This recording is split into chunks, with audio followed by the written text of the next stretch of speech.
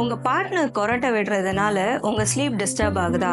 Then we have a dental fix for you. இப்போ கொரட்டை விடுறது ஏன்னா அவங்களுடைய ஏர்வே பார்ஷியலா பிளாக் ஆயிருக்கு, அதனால தான் கொரட்டை விடுறாங்க. And that's just not about the noise. இதுல we have a custom made device which we will give you. அங்க உங்களுடைய lower jaw-வை forward-ஆ place பண்ணி விட்டுருவோம். அப்படி பண்றதுனால உங்க airway open ஆகி பார்ட்னர் கொரட்டை விட மாட்டாங்க. So consult with us and get your snoring fixed. Thank you.